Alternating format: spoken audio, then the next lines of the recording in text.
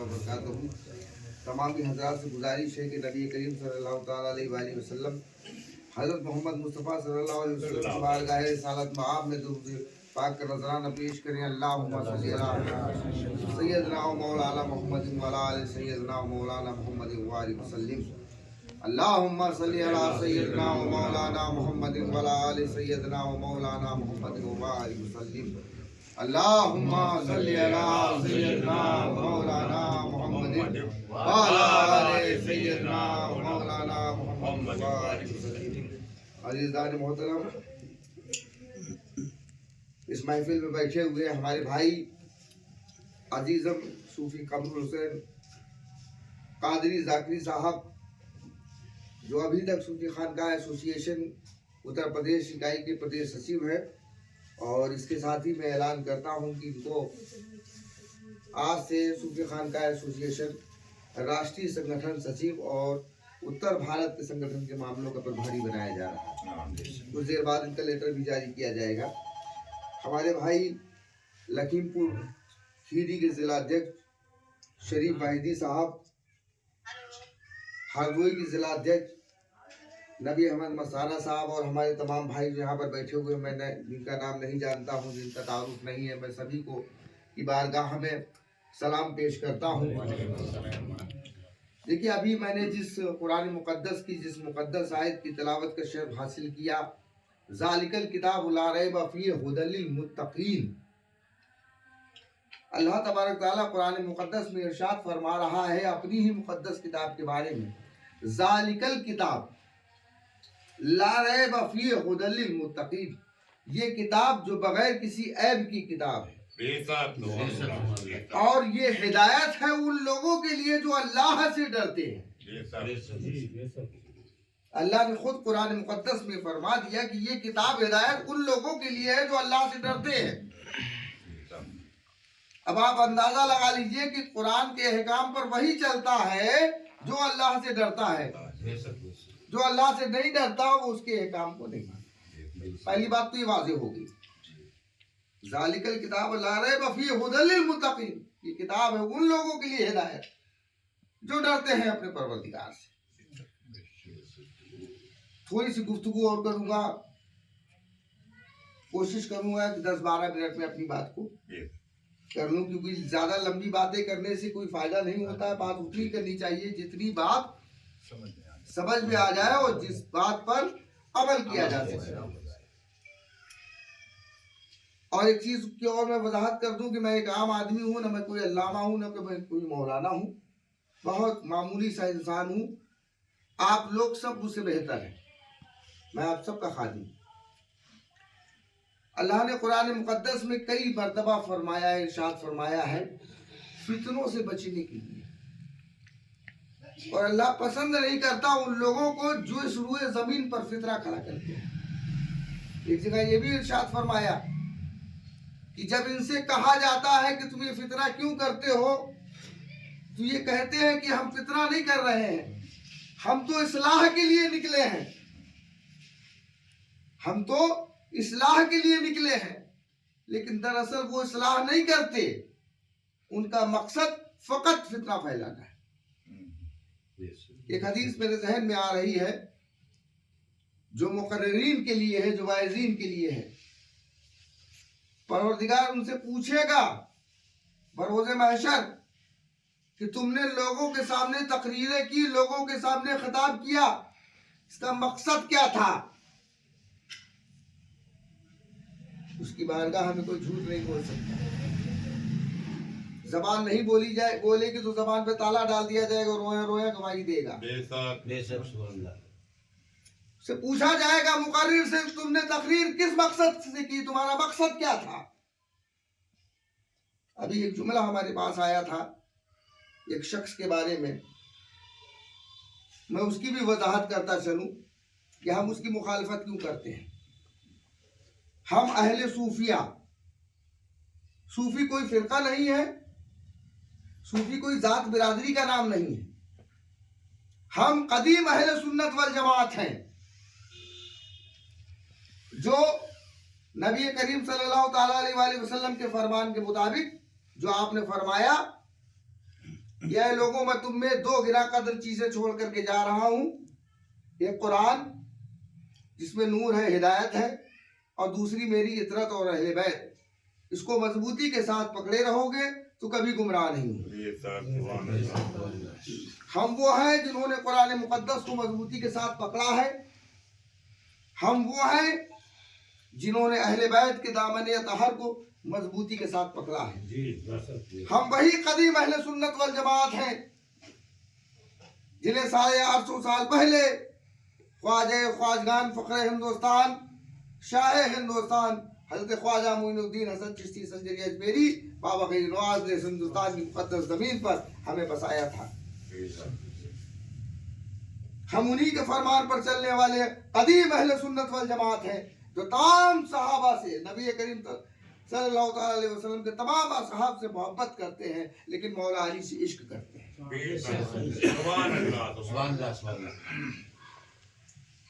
क्योंकि इसके बारे में खुद सैयदना अबू बकर सिद्दीक रज़ी अल्लाह ताला अन्हु फरमाते हैं कि अली को देखना इबादत है। हमारे बुजुर्गों ने हमें जो तालीम दी, हम उस तालीम पर चल रहे हैं। हमारी फिक्र सूफिया है। हम अदीम अहले सुन्नत वल जमात फिक्र सूफिया के लोग हैं। हमारी फिक्र सूफियाना है। हमारी फिक्र क्या है कि खुद पर हमको सौ मुसीबतें बर्दाश्त करते हुए अल्लाह की मखलूक के साथ आसानी पैदा करना हमारा मकसद है। अब थोड़े से पन्ने में उस चीज के पलटना चाहता हूँ अपने नौजवानों की। मैं जो जुमले कह रहा हूँ, आप सभी लोगों के पास एंड्रॉइड फोन है, किसी के पास आईफोन होगा।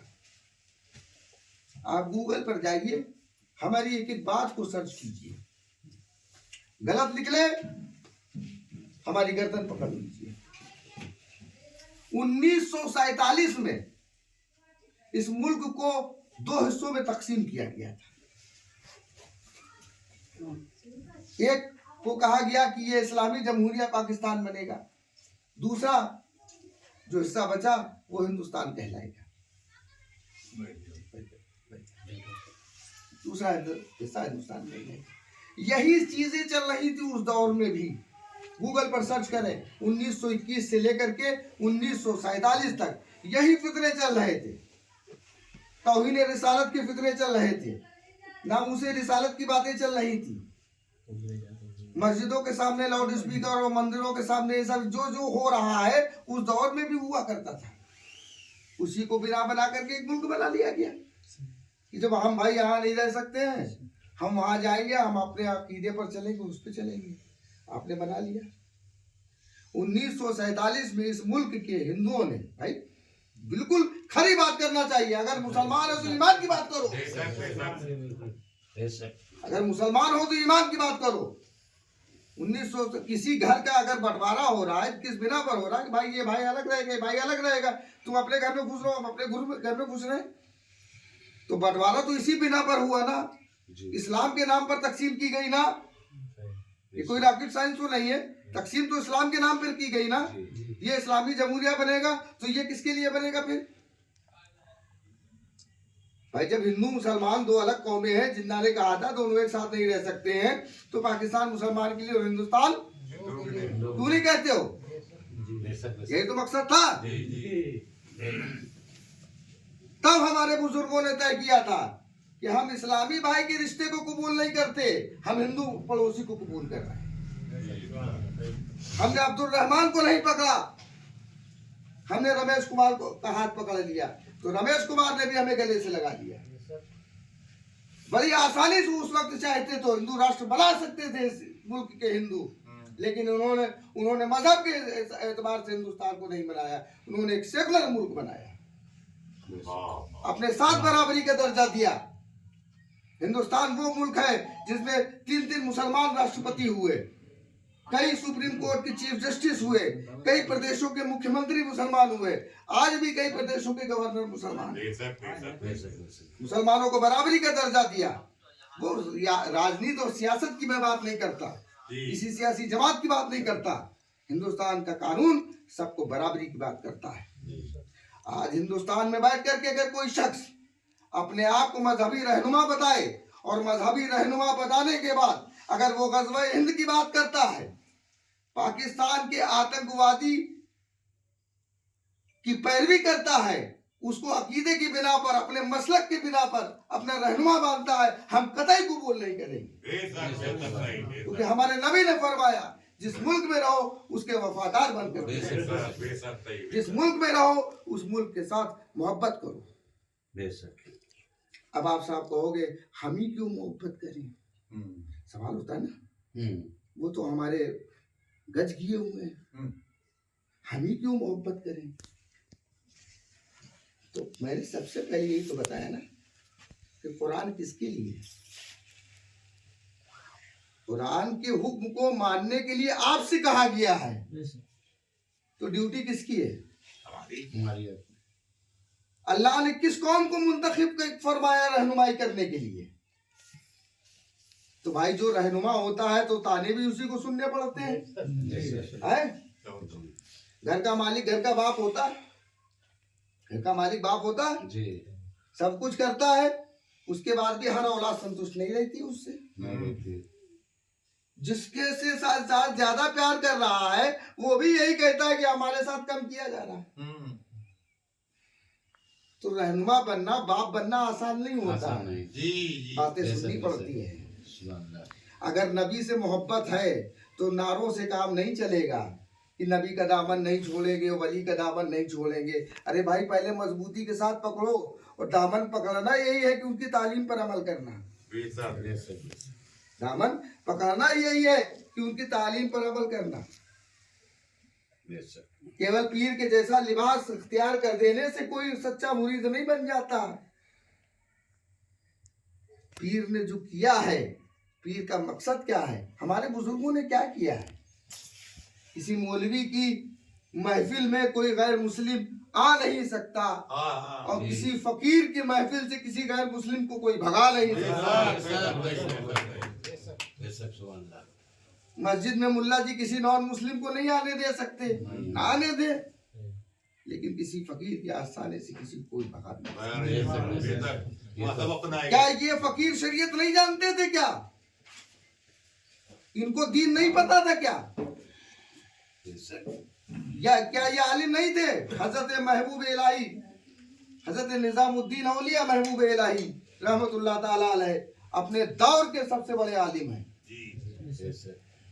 लेकिन आपने अपनी बारगाह में सभी को बुलाया, सभी को गले से लगाया। मलिक मोहम्मद जायसी रहमतुल्लाह ताला अलैह चिश्तिया सिलसिले के बहुत बड़े बुजुर्ग गुजरे हैं। जायस शरीफ जिला रायबरेली में उनकी मज़ार है, अब शायद अमेठी जिला हो गया है। आप फरमाते हैं सरग नखत तन रोवा देते विधना के मारग हैं जेते, यानी आसमान में जितने तारे हैं और शरीर में जितने बाल हैं, रब से मिलने के उतने रास्ते हैं, लेकिन मेरा रास्ता वो है जो मेरे नबी ने। तो हम, मैंने जैसे पहले बताया, वही कदीम अहले सुन्नत वल जमात, सूफिया फिक्र रखने वाले, तमाम लोगों से मोहब्बत करने वाले। क्यों? सवाल ये है ना कि क्यों हम ही क्यों हैं? क्योंकि मेरे आका को अल्लाह ने भेजा है जमीन पर, क्या फरमाया, वमा अरसलनाका इल्ला रहमतल लिल आलमीन। सुभान अल्लाह, सुभान अल्लाह। अल्लाह ने कहीं ये नहीं कहा वमा अरसलनाका इल्ला रहमतुल मुस्लिमीन, और ये भी नहीं कहा कि रहमतुल मुस्लिमीन में कि कोई खास फिरके या खास मौलवी साहब के मानने वालों के लिए। अल्लाह ने अपने हबीब को भेजा है इस रूए कायनात के तमाम लोगों के लिए, तमाम लोगों के लिए। अच्छा एक बात और बताइए आप हमको, अल्लाह क्या केवल मुसलमानों का रब है क्या? सबका है। दिल पे हाथ रख करके कहो अल्लाह सबका है, अल्लाह सबका। क्या किसी खास मौलवी साहब के मानने वाले का? नहीं, है ना, जिसको चाहे जो अता कर दे, तो मालिक है, तो खालिक है, सारी डिक्टेटरशिप उसकी है, सारी हुकूमत उसकी है, सारा राजपाट उसका है, वो जिसको जो चाहे अता कर दे। कौन है उसके हाथ को रोकने वाला? कोई नहीं। यार हमारी क्या बिसात है यार, उसकी दूसरी मखलूक से हम वो नफरत करें। वो जिसे चाहे हिदायत दे दे, जिसे चाहे ना हिदायत दे। उसने किसी को गोरा बनाया तो किसी को काला बनाया, किसी को हसीनो जमील बनाया तो किसी के अंदर कोई ऐप पैदा कर दिया, तो उसकी मर्जी की बात है। हम कौन होते हैं जी, उसकी हिकमत में और हुकूमत में दखल देने वाले? कुछ नहीं। हम फकत उसके बंदे हैं और वो भी उसके बंदे हैं। पर कितना है, उसने हम पर एहसान किया, हमें इंसान बनाया। 72,000 मखलूकात में हमको इंसान बनाया, ये उसका एहसान अजीम है। फिर उसने दूसरा एहसान किया, अपने हबीब की उम्मत में पैदा फरमाया।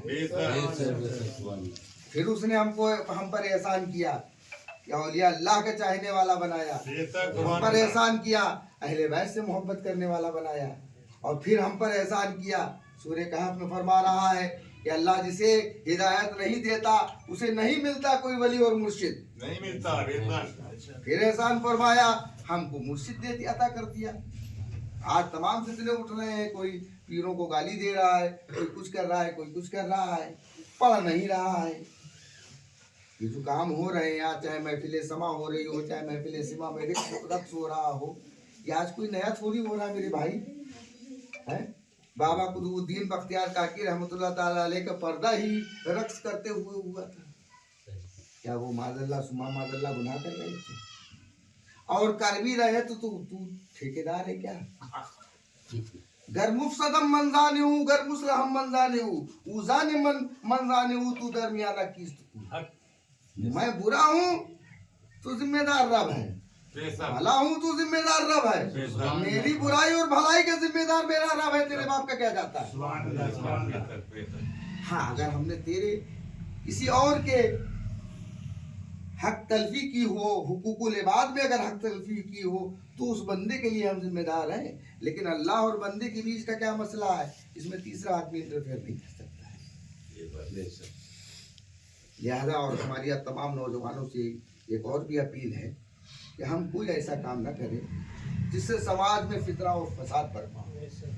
हमें चाहिए कि इस मुल्क को, जब फैसले हो गए थे, फैसले के बाद हमें जो चीज़ मिली है, आज जो सूरत हाल है, कुछ भी हो रहा हो, लेकिन ये वतन हमारा है।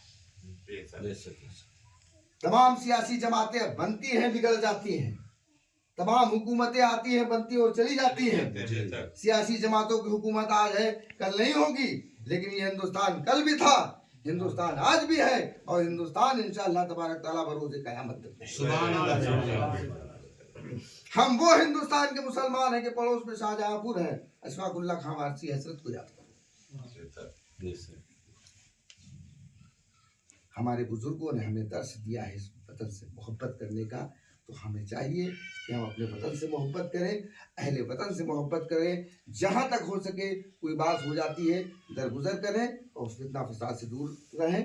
और सूफी खानका एसोसिएशन इसी तहरीक को मज़ीद आगे बढ़ा रहा है, और इसी तहरीक को और ज़्यादा आगे बढ़ाने के लिए आपके दयाल के ही सूफी कबूल हसन साहब, उनको सूफी खानका एसोसिएशन का राष्ट्रीय संगठन सचिव मनोनीत किया जा रहा है। उसका ये लेटर है।